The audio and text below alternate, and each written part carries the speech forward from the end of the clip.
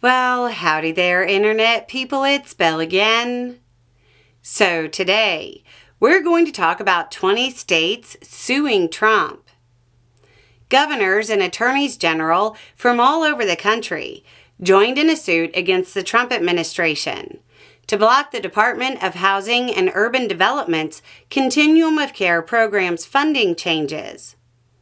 Basically, the Trump administration is set to cut about half the funding for HUD's Continuum of Care program in the 2026 budget for permanent housing and transfer it to temporary housing with hoops to jump through. If you've heard of the idea of housing first, that's what's being impacted.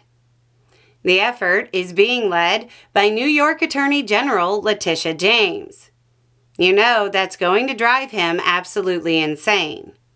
At any rate, she released a statement saying, quote, "Communities across the country depend on Continuum of Care funds to provide housing and other resources to our most vulnerable neighbors. These funds help keep tens of thousands of people from sleeping on the streets every night. I will not allow this administration to cut off these funds and put vital housing and support services at risk." That's a pretty big claim. But reporting says internal documents are actually saying tens of thousands is underselling the situation. Those documents suggest 170,000 people are at risk of being affected. An insider who was granted anonymity is reported to have said, quote, "When the subsidy and the support that goes along with those subsidies is removed, it puts people at grave risk. And most of these folks without these supports will likely end up back in emergency shelters or back on our nation's streets." A HUD spokesperson tried to frame it as some kind of efficiency move, saying, quote, "HUD is no longer in the business of permanently funding homelessness without measuring program success at promoting recovery and self-sufficiency. There will be more news on this much-needed paradigm shift soon."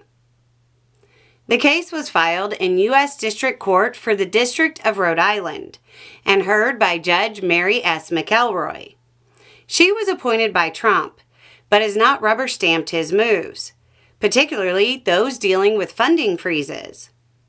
The move is not popular, and more than 20 Republicans in the House have sent a letter to HUD urging caution with moves that might disrupt assistance.